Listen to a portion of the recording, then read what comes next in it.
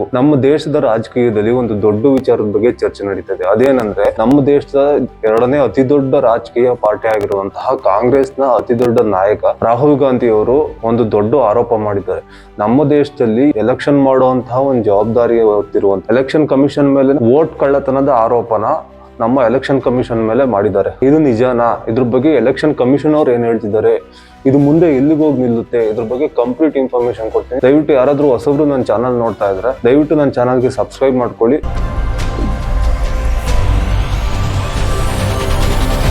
ನೋಡಿ, ಈ ವೋಟ್ ಕಳ್ಳತನದ ಆರೋಪ ಶುರು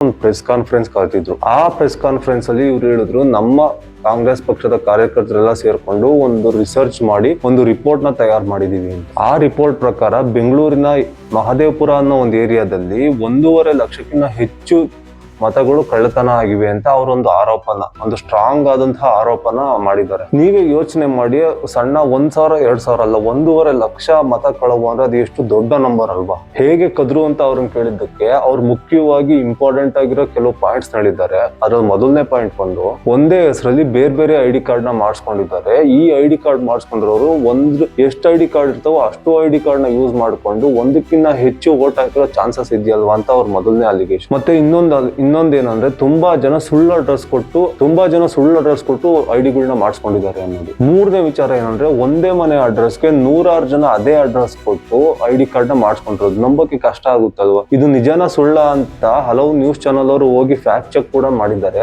ಅದರಲ್ಲಿ ರಾಹುಲ್ ಗಾಂಧಿ ಅವರು ಹೇಳಿರೋದು 100% ಸತ್ಯನೇ ಇದೆ ಅಲ್ಲಿ. ಯಾಕಂದ್ರೆ ಈ ನ್ಯೂಸ್ ರಿಪೋರ್ಟರ್ಗಳೆಲ್ಲ ಹೋಗಿ ನೋಡಿದಾಗ 6 ಅಡಿ ಇರುವಂತಹ ಇಬ್ರು ಮನುಷ್ಯರು ಆರಾಮಾಗಿ ಆಗುವಂತಹ ಒಂದು ರೂಮ್ ಅಲ್ಲಿ 80 ಜನ ಅದೇ ಅಡ್ರೆಸ್ ನ ಕೊಟ್ಟು ವೋಟರ್ ಐಡಿನ ಕ್ರಿಯೇಟ್ ಮಾಡ್ಕೊಂಡಿದ್ದಾರೆ. ಇದೇ ರಾಹುಲ್ ಗಾಂಧಿ ಅವರ ಮೇನ್ ವಾದ. ಇದು ಇಷ್ಟಕ್ಕೆ ಮುಗಿಲಿಲ್ಲ. ರಾಹುಲ್ ಗಾಂಧಿ ಅವರು ಇನ್ನೂ ದೊಡ್ಡ ಆರೋಪ ಮಾಡಿದ್ದಾರೆ. ಇದು ಬರೀ ಕರ್ನಾಟಕದಲ್ಲಿ ಮಾತ್ರ ಅಲ್ಲ, ಇಡೀ ದೇಶಾದ್ಯಂತ ಇದೇ ರೀತಿಯಾಗಿ ಮತ ಕಳವು ಆಗಿದೆ ಅಂತ ಒಂದು ದೊಡ್ಡ ಬಾಂಬ್ನ ಎಲೆಕ್ಷನ್ ಕಮಿಷನ್ ಮೇಲೆ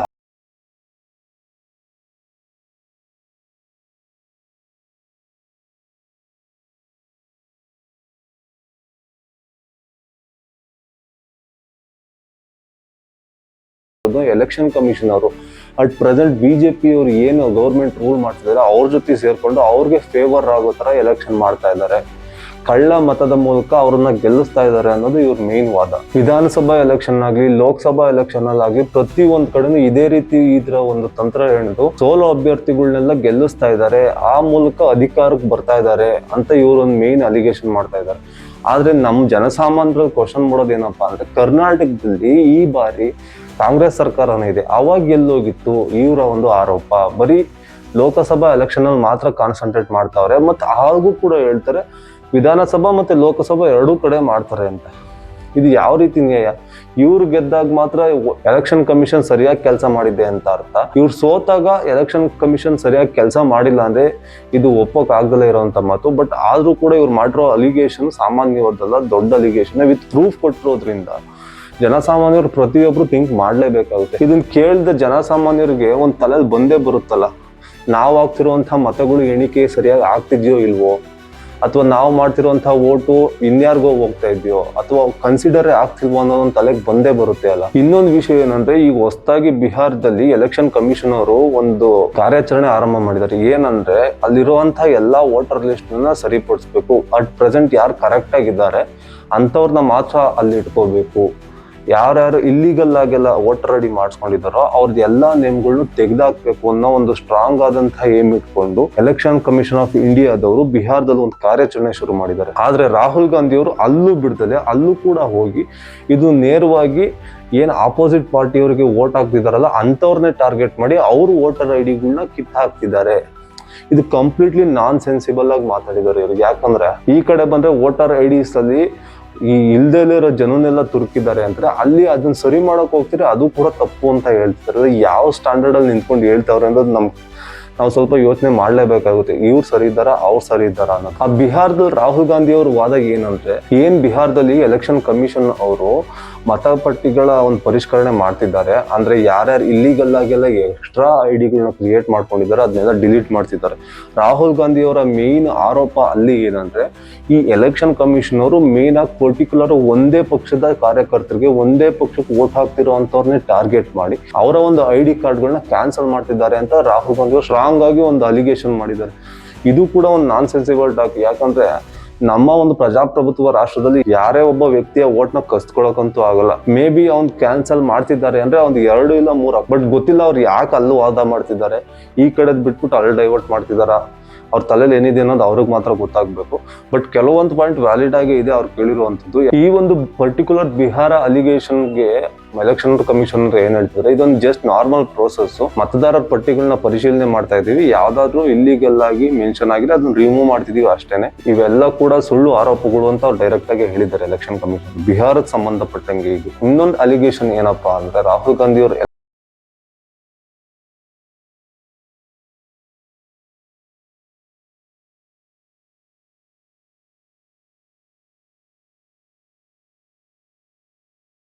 ಯಾವುದೇ ರೀತಿಯಾದಂತಹ ಸಾಕ್ಷಿಗಳನ್ನ ಕೊಡ್ತಾ ಇಲ್ಲ. ಎಲೆಕ್ಷನ್ ನಡೆದು 45 ದಿವಸಕ್ಕೆ CC ಕ್ಯಾಮ್ರಾ ಫುಟೇಜ್ಗಳನ್ನ ಡಿಲೀಟ್ ಮಾಡ್ತಾ ಇದ್ದಾರೆ. ಅಕಸ್ಮಾತ್ ಏನೇ ಒಂದು ತೊಂದರೆ ಆದ್ರೆ ಈ CCTV ಫುಟೇಜ್ ತಾನೇ ಮೇನ್ ಸಾಕ್ಷಿ ಅಂತ ರಾಹುಲ್ ಗಾಂಧಿ ಅವರು ಹೇಳ್ತಿದ್ದಾರೆ.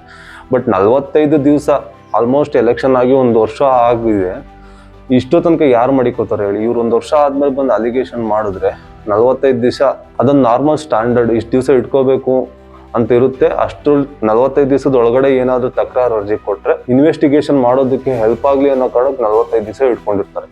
ಅದಕ್ಕಿಂತ ಮುಂಚೆ ಯಾರು ಬಂದು ಏನು ತಕರಾರು ಅರ್ಜಿ ಕೊಟ್ಟಿಲ್ಲ ಅಂದ್ರೆ ಅವರು ಅಫ್ಕೋರ್ಸ್ ಅದನ್ನು ಡಿಲೀಟ್ ಮಾಡ್ತಾರೆ. ಈ ಒಂದು ಎಲ್ಲಾ ಅಲಿಗೇಷನ್ಗೂ ಎಲೆಕ್ಷನ್ ಕಮಿಷನರು ಒಂದು ಸ್ಟ್ರಾಂಗ್ ಆಗಿ ಗರಂ ಆಗಿ ಆನ್ಸರ್ ಮಾಡಿದ್ದಾರೆ. ಈ ಒಂದು ಅಲಿಗೇಷನ್ ಮಾಡ್ತಿರೋದು ಬರೀ ಎಲೆಕ್ಷನ್ ಕಮಿಷನ್ ಮೇಲೆ ಅಲ್ಲ, ಯಾರ್ಯಾರೆಲ್ಲ ವೋಟ್ ಹಾಕಿದಾರೋ ಅವ್ರೆಲ್ರಿಗೂ ಅವಮಾನ ಮಾಡ್ತಿದ್ದೀರಾ. ಮತ್ತೆ ಯಾರು ತಮ್ಮ ಶ್ರಮವನ್ನು ವಹಿಸಿ ತಮ್ಮ ಕರ್ತವ್ಯದಲ್ಲಿ ಲಕ್ಷಾಂತರ ಜನ ಭಾಗಿಯಾಗಿದ್ರು ಅವ್ರ ಮೇಲೂ ಕೂಡ ನೀವು ಡೈರೆಕ್ಟ್ ಆಗಿ ಆರೋಪ ಮಾಡ್ತಾ ಇದ್ದೀರಾ. ಡೈರೆಕ್ಟ್ ಆಗಿ ರಿಪ್ಲೈ ಕೊಟ್ಟಿದ್ದಾರೆ ರಾಹುಲ್ ಗಾಂಧಿ ಅವ್ರಿಗೆ. ಅಷ್ಟೇ ಅಲ್ಲದೆ ರಾಹುಲ್ ಗಾಂಧಿ ಅವ್ರಿಗೆ ಡೈರೆಕ್ಟ್ ಆಗಿ ಹೇಳಿದ್ದಾರೆ, ನೀವು ಸುಮ್ನೆ ಸುಳ್ಳು ಆರೋಪಗಳನ್ನ ಮಾಡಬೇಡಿ, ನಿಮ್ಮ ಹತ್ರ ಏನ್ ಸಾಕ್ಷಿ ಇದೆಯೋ ಅದನ್ನ ಕೊಡಿ, ನಮಗೆ ನಾವು ತನಿಖೆ ಮಾಡೋಕ್ ರೆಡಿ ಇದ್ದೀವಿ. ಆದ್ರೆ ನೀವು ಒಂದು ಲಿಖಿತ ರೂಪದಲ್ಲಿ ಒಂದು ಪೇಪರ್ ಅಲ್ಲಿ ಬರ್ದು ಕೊಡಿ, ನಾವು ಖಂಡಿತವಾಗ್ಲೂ ತನಿಖೆ ಮಾಡ್ತೀವಿ.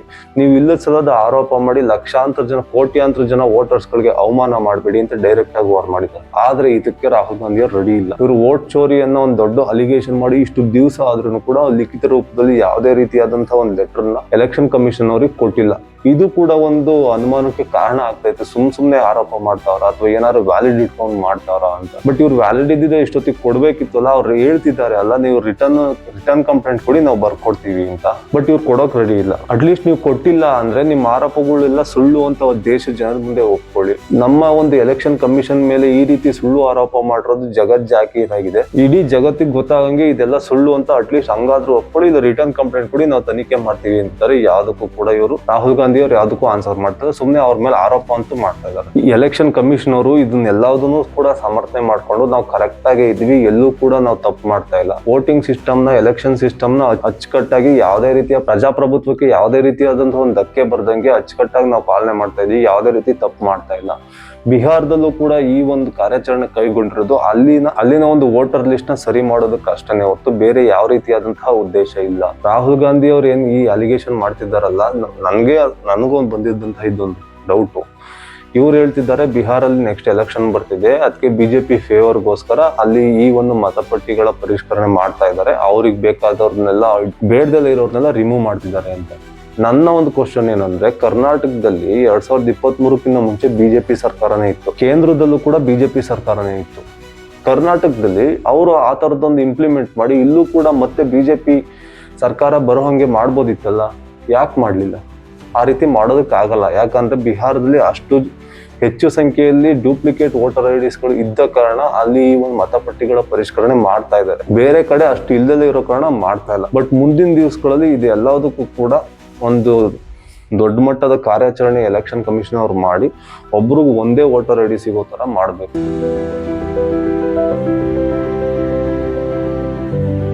ಮತ್ತೆ ರಾಹುಲ್ ಗಾಂಧಿ ಅವ್ರು ಏನು ಈ CCTV ಆರೋಪ ಮಾಡಿದ್ರು, ನಮ್ಗೆ CCTV ದಾಖಲೆ ಕೊಡ್ತಾ ಇಲ್ಲ ಅಂತ, ಅದಕ್ಕೂ ಕೂಡ ಎಲೆಕ್ಷನ್ ಕಮಿಷನ್ ಅವರು ಖಾರವಾಗಿ ರಿಪ್ಲೈ ಕೊಟ್ಟಿದ್ದಾರೆ. ಅದು ವೋಟರ್ಸ್ ನ ಪರ್ಸನಲ್ ಮಾಹಿತಿ, ನಾವು ಆ ರೀತಿ ಯಾರಿಗೂ ಹಂಚಂಗಿಲ್ಲ.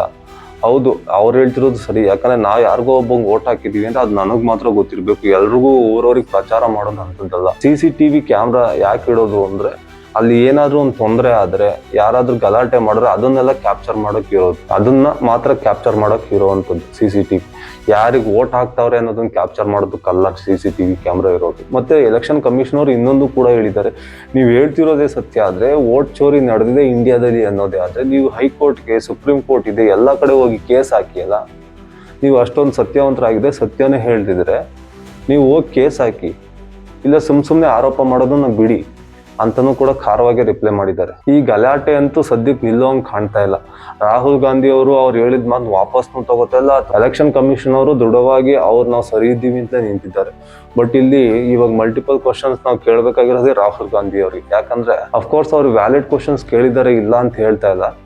ಬಟ್ ಎಲೆಕ್ಷನ್ ಕಮಿಷನ್ ಅವ್ರು ಹೇಳೋದು ಸತ್ಯ ಅಲ್ವಾ? ಒಂದು ತನಿಖೆ ಮಾಡ್ತಾ ಇಲ್ಲ ಅನ್ನೋದೇ ಆದ್ರೆ, ನೀವು ಕೋರ್ಟ್ಗೆ ಹೋಗಿ, ಕೋರ್ಟ್ ಇಂದ ಒಂದು ಕೇಸ್ ಹಾಕಿ, ಆ ಕೋರ್ಟ್ ಆರ್ಡರ್ ಬಂದ್ಮೇಲೆ ಒಂದು ತನಿಖೆ ಮಾಡ್ಲೇಬೇಕಲ್ಲ.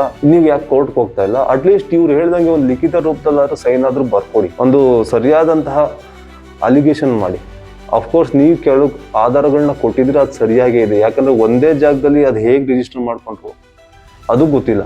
ಇದೆಲ್ಲ ನಮ್ಮ ಅಧಿಕಾರಿಗಳು ಎಡವಟ್ಟೆ. ಹೌದು, ಯಾರೋ ಒಬ್ಬ MLA ಹೇಳ್ತಾನೆ, ಅವನ ಮಾತಿಗೆ ನಂಬಿಟ್ಟು ಹೋಗಿ ತಗೊಂಡು ತೋರಿಸ್ಬಿಡೋದು, ಅವ್ನ್ ಕರ್ಕೊಂಬಂದು ವೋಟ್ ಹಾಕ್ಸ್ಕೊಳ್ಳೋದು. ಇದು ನಡೀತಾ ಇದೆ, ಇಲ್ಲ ಅಂತ ಹೇಳ್ತಾ ಇಲ್ಲ. ಬಟ್ ಹಂಗಿರುವಾಗ ನೀವು ಹೋಗಿ ಕಂಪ್ಲೇಂಟ್ ಕೊಡಿಯಲ್ಲ, ಒಂದು ರಿಟರ್ನ್ ಕಂಪ್ಲೇಂಟ್ ಕೊಡಿ, ಇಲ್ಲ ಕೋರ್ಟಲ್ಲಿ ಕೇಸ್ ಹಾಕಿ. ಬಟ್ ಕೆಲವು ನಿರ್ಧಾರಗಳು ಸರಿಯಾಗಿದೆ, ಆ ನಿರ್ಧಾರಗಳಿಗೆ ಸ್ಟಿಕ್ ಆನ್ ಆಗಿ ಅದ್ರ ಮುಖಾಂತರ ನೀವು ಒಂದು ರಿಟರ್ನ್ ಕಂಪ್ಲೇಂಟ್ ಬರ್ಕೊಡಿ ಎಲೆಕ್ಷನ್ ಕಮಿಷನ್ ಅವರು, ಅಥವಾ ಕೋರ್ಟಲ್ಲಿ ಕೇಸ್ ಹಾಕಿ. ಸುಮ್ಮನೆ ಅಲಿಗೇಷನ್ ಮಾಡ್ಬಿಟ್ಟು ಗಾಳಿಲಿ ಕಲಿಯೋಸುವಂತ ಕೆಲಸ ಮಾಡಬೇಡಿ. ಇಷ್ಟೇ ವೀಕ್ಷಕರೇ, ಇದ್ರ ಬಗ್ಗೆ ರಾಹುಲ್ ಗಾಂಧಿ ಅವರು ಅಲಿಗೇಷನ್ ಏನ್ ಮಾಡಿದಾರಲ್ಲ ಅದು ಸರಿನಾ ತಪ್ಪಾ, ಅಥವಾ ಅವ್ರು ಸರಿಯಾಗಿ ಇದ್ರೆ ಎಲೆಕ್ಷನ್ ಕಮಿಷನ್ ಅವ್ರು ಯಾಕೆ ಅದಕ್ಕೆ ಆನ್ಸರ್ ಕರೆಕ್ಟಾಗಿ ಮಾಡ್ತಾ ಇಲ್ಲ, ಯಾಕೆ ರಿಪ್ಲೈ ಮಾಡ್ತಾ ಇಲ್ಲ, ಇದ್ರ ಬಗ್ಗೆ ನಿಮ್ಗೆ ಏನೇನು ಪ್ರತಿಯೊಂದು ಅನ್ಸುತ್ತೆ ದಯವಿಟ್ಟು ಕಮೆಂಟ್ ಮಾಡಿ.